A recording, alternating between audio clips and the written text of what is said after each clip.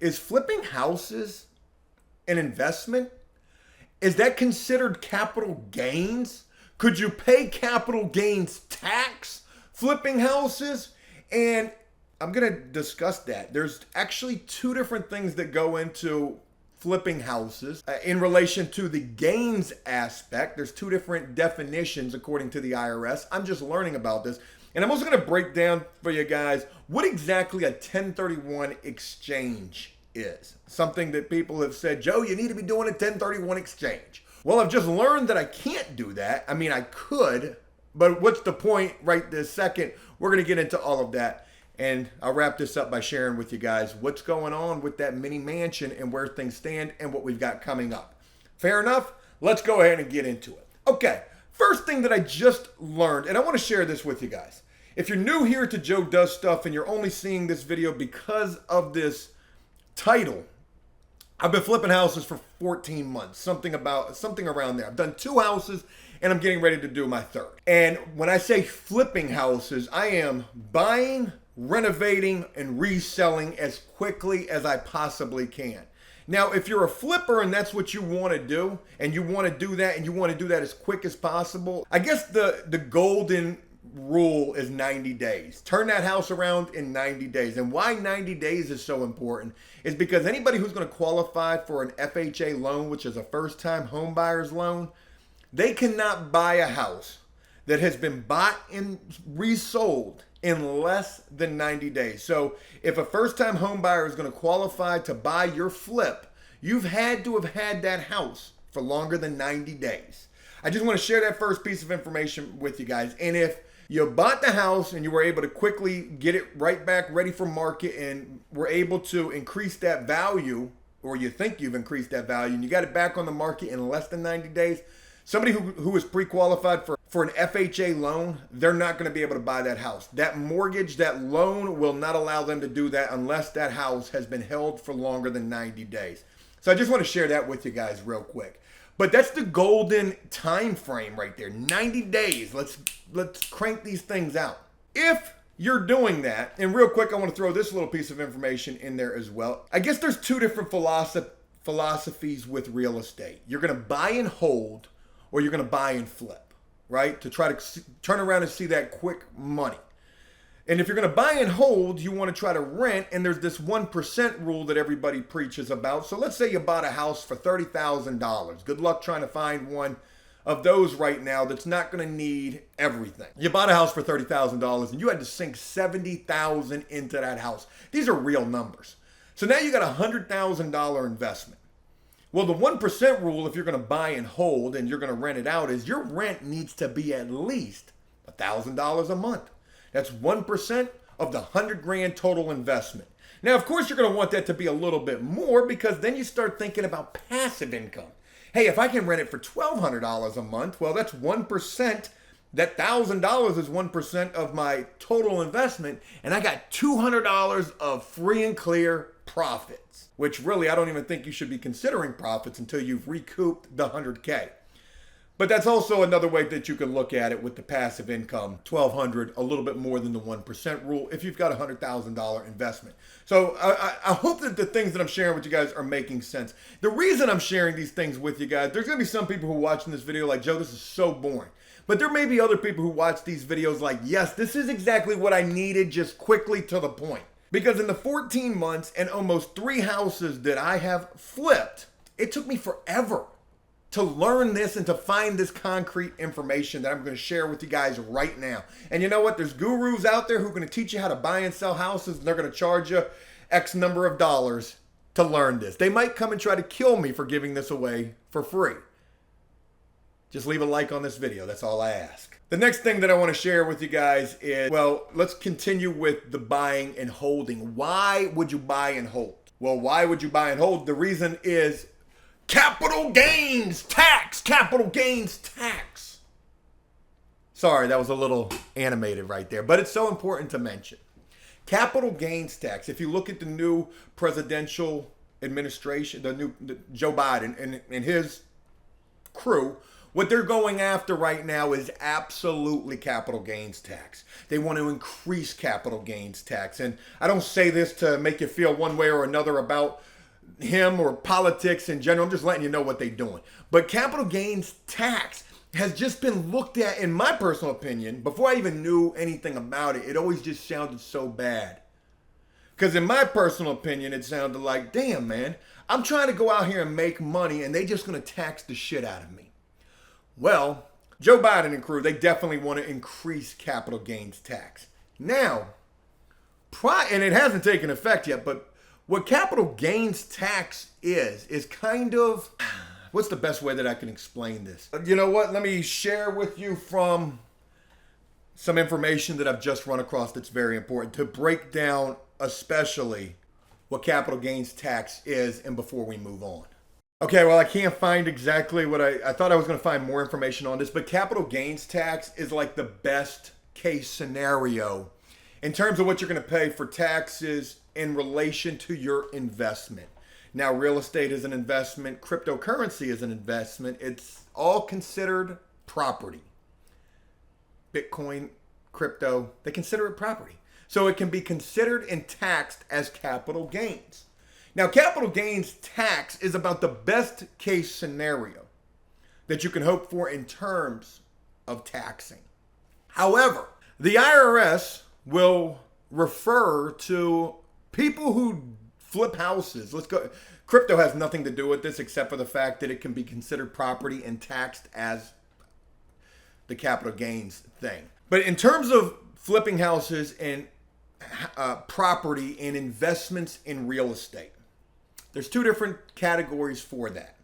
You're either considered an investor, and if you're flipping houses, 90 days, 6 months, 9 months, 4 months, if you're flipping houses, buying, rehabbing, and reselling, I've just learned that's not an investment. That's not an investment. The IRS will not refer to that as an investment.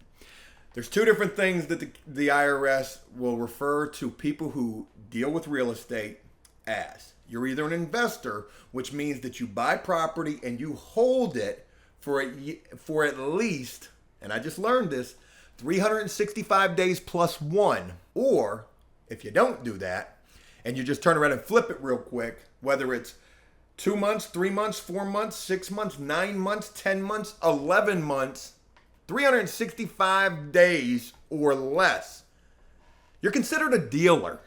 You've got investors and you've got dealers. Investors hold property for 365 days plus one. Dealers don't. They hold it for anything less. And if you're a dealer, you do not qualify for capital gains tax incentives, breaks, or the capital gains tax rate. I don't know exactly what that is. Maybe it's like 15%. Whatever it is, and if you know, please comment down below. Add some insight to this conversation. Why this is so important? Because if you are a dealer and not an investor, like me, I'm a dealer. Jesus. Haven't I been that most of my life? If you don't know me from After Prison Show, my name's Joe and I served 7 years in prison for drug charges, possession of a firearm by a convicted felon. I turned my entire life around. But it's just ironic to be still referred to as a dealer after 13 years, 7 years in prison and 6 years free.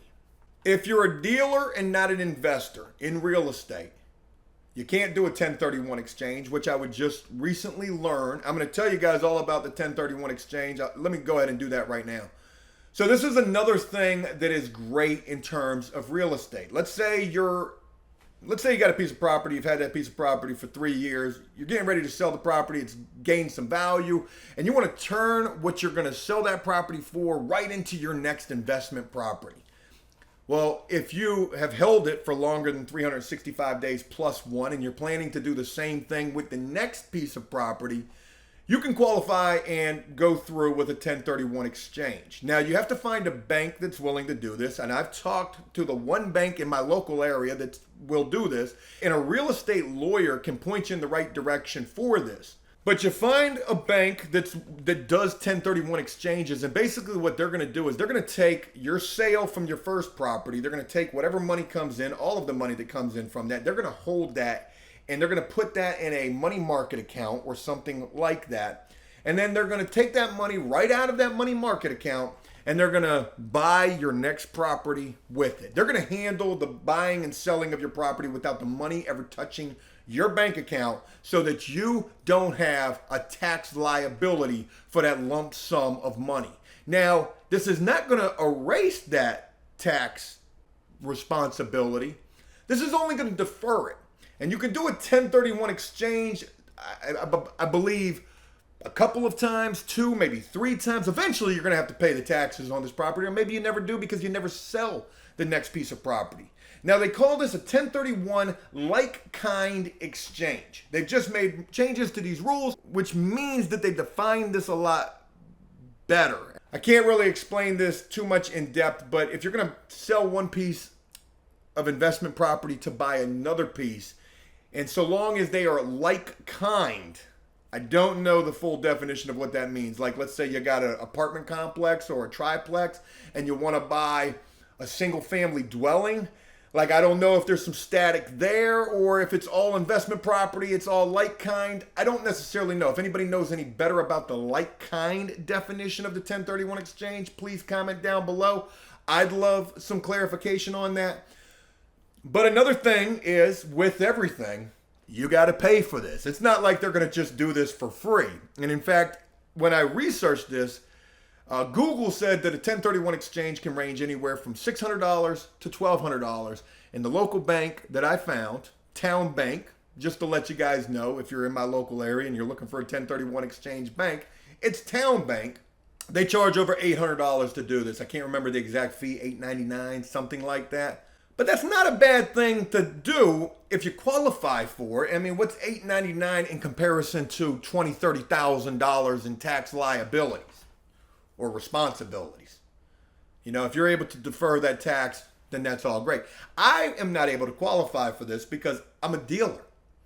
And I don't know necessarily that I'm going to be an investor. So what happens as a dealer? You can't qualify for capital gains tax.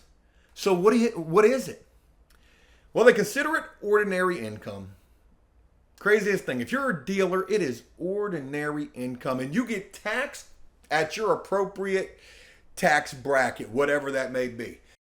Sorry, my battery died in my camera, and hey, is it hot in here or is it just me? I may be sweating as I'm filming this, so forgive me for that. If you don't qualify for capital gains or a 1031 exchange, and you're holding property for 365 days plus 1 or less, 366 days or less, I guess is a better way to put it, you're taxed and considered a dealer in real estate, and any income that you make is considered ordinary income. Now, this can be good and this can be bad. This can be bad because your tax responsibility can be a lot higher if you're just a guy or a gal. If you're not a business entity, if you don't have a business entity, if you're a single guy with an LLC, oh God, that tax, I think, is one of the worst. I remember that when I first got into my business, a single man with an LLC, man, your tax responsibility is a lot higher than a married guy or somebody who has an S corporation, C corporation, any kind of a corporation outside of a limited liability corporation. And if you know anything more about that, please comment down below. I don't want to give any bad information. I just remember hearing that single man with the LLC or woman with an LLC, you get taxed a lot harder for some reason. But if you do have a business entity, well, then you can run your houses through your business. Now, I'm still trying to figure out how to do this. It was explained to me very quickly, but one thing, you can contribute the house to your business. Now, I've also started another business entirely just for my houses. I've got a few different businesses, but I've started one specifically for my houses. And you can either make it a contribution or a distribution or a donation. Like, I can't remember exactly how you do it, but you can transfer ownership of the house from yourself to your business entity. And then that tax liability can become a business asset possibly. So even if you don't qualify for the capital gains or an investor, it's not all bad if you have to consider the house profit as ordinary income. Another good, and I believe that I'm correct in what I'm sharing with you guys right there, but if I'm not, and I'm not fully describing that and you know better, please comment down below. But I'm pretty sure I'm on point with that. So even if you don't qualify for a capital gains tax incentive, you can still get the ordinary income incentive if you have a business entity. And you always want to have a business entity when you're dealing with these houses. I just think that that's the best thing to be able to do, in my personal opinion. Maybe I'll go into that a little further in another video. If you guys rock with me here on Joe Does Stuff, this is something new that I'm going to be doing on this channel, which is really going in depth with things that I'm learning about that I want to share with you guys and make videos specific to these things that I'm learning about, because I feel like there's others who look for these answers just as I have for, well, the almost year and a half that I've been doing houses. So hopefully it won't be, hopefully you guys won't find it too boring. I think there's one other thing that I want to share with you guys in relation to this topic. And just like you can have an ordinary gain or an ordinary profit, no, ordinary income, you can have what's referred to as an ordinary loss. And this is where it's better than on the capital gains side. And let me share with you guys why from what I've read. Don't quote me. This is just what I read. On the plus side for dealers, their losses are considered ordinary losses. So they aren't subject to restrictions that limit the amount of capital losses a taxpayer can offset against ordinary income to reduce a tax liability. That's kind of confusing what they're saying right there, but I believe what I'm understanding from that is under a capital gains scenario or a capital loss, I think that there's restrictions on the amount versus on the ordinary income or loss. I don't think that it's capped at all. And I'll share with you guys a little private, a little personal scenario. On my second flip house, well, let me share with you guys a breakdown of Flip House 1 and Flip House 2. On Flip House 1, I lost money. I thought I lost like $2,000. Turns out I lost a little bit more than that. But that's a good thing, because that loss is going to offset some of my tax liability. Thank God for the loss. It may suck at the time when it's taking place, but when it comes to that tax responsibility, it's not a bad thing to have. In terms of crypto, I'm also heavily involved in crypto, and I've got quite a substantial crypto loss right this second. And just like with real estate, I don't want to hold anything for 366 days. I'm in it today and out of it tomorrow. I thought I was a day trader, and there was a time when I first got into crypto, which was not too long ago, where I was making like 800 plus a day, every trade that I made. Sometimes it was a week. And that was a pretty good little profit line that I was seeing. I thought that I was Jordan Belfort from The Wolf of Wall Street. But then I ended up taking a $20,000+ hit. Yeah, $20,000+ crypto loss. Haven't taken it yet. I mean, I haven't pulled out of it, but I'm down like a bitch. Let's just put it that way. But that's an ordinary loss right there. That's going to offset some profit. It's not a great thing at all, but it's just where I personally stand. If you go to my second flip house and the profit that I'm seeing from that, I'm seeing about a $24,000 profit off of that. Well, I've got a $20,000+ loss in crypto. So what the hell? It's almost like I'm breaking even. But at least I've got that. I don't know what the capital restriction or the limit is in terms of loss. I think it's not much. Correct me if I'm wrong, if you know if it's per month, if it's per year. I don't know what it is that can offset your capital gains. Damn, I wish I knew what that was. Let me just Google it real quick and see if I can find it. According to Bankrate, your maximum net capital loss in any tax year is $3,000. The IRS limits your net loss to $3,000 or $1,500. Any unused capital losses are rolled over to future years. That's right. I knew it was something really low. $3,000 is your limit in terms of a capital loss. Could you imagine? I don't even know like how that would break down in my particular case. Let's say I had this crypto loss that's 20 plus $1,000 and I carried that for over a year. You mean to tell me that I can only report that for my capital losses as only $3,000? What about the other huge chunk of money? So just something interesting that I wanted to share with you guys right there. As I get ready to wrap this up, I'm ready to wrap this up right now. I wanted to share this information with you guys because this is a lot of what I've been dealing with in terms of trying to do these houses better, trying to do these houses for less tax responsibility, the best tax rate that I can find in relation to this. And all that I found and all that it seems like to me is the government does not like you flipping houses. Matter of fact, it's really just a damned if you do, damned if you don't type of a situation. So you got to weigh the pros and the cons and the pluses and the minuses in both of these scenarios. Are you going to be a dealer or an investor? Are you going to have the capital gains and losses with that restriction? Or are you going to have the ordinary income and losses with no cap, but possibly pay a more hefty amount in taxes for any profits that you do incur? Let me know what you guys think about this. I truly hope that this was some useful or interesting information. It's all of what I'm dealing with right now. Like I said, it may be boring to some. And in relation to what else I've got going on, hey, it's what are we doing next? I'm getting ready to close the deal on my second flip house, get that thing unloaded because I'm a dealer, allegedly. That just sounds so bad. I'm also in the process of getting my contractor's license. I just pulled the trigger on that this morning. I'm going to be sharing with you guys all about that moving forward in this because if you're flipping houses, you need to be your own damn contractor. I'll share more on that moving forward. I just said that. And also, we got a huge inspection on this little mini mansion that I'm looking at as flip house number 3. I just went over there this past weekend with my wife and a bunch of my family, all of my in-laws. They came into town to visit.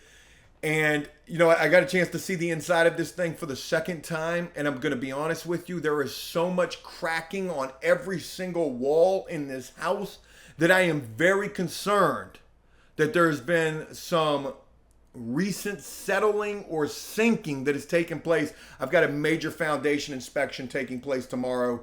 And we're just going to have to wait and see how that plays out. But you don't have cracking on every single wall in a house for nothing. So we'll just have to wait and see what's going on with that. I hope you enjoyed this. I got a lot more coming for Joe Does Stuff. I apologize for my absence. I had family in town. We had a great time. I got some stories that I want to share with you guys here on Joe Does Stuff about what I've been doing. And we got a lot more coming of us actually doing things. So I hope you enjoyed this video. Let me know what you thought of this, and I'll look forward to talking with you guys again real soon. Peace! Oh, should I be doing that? I do that on an after prison show.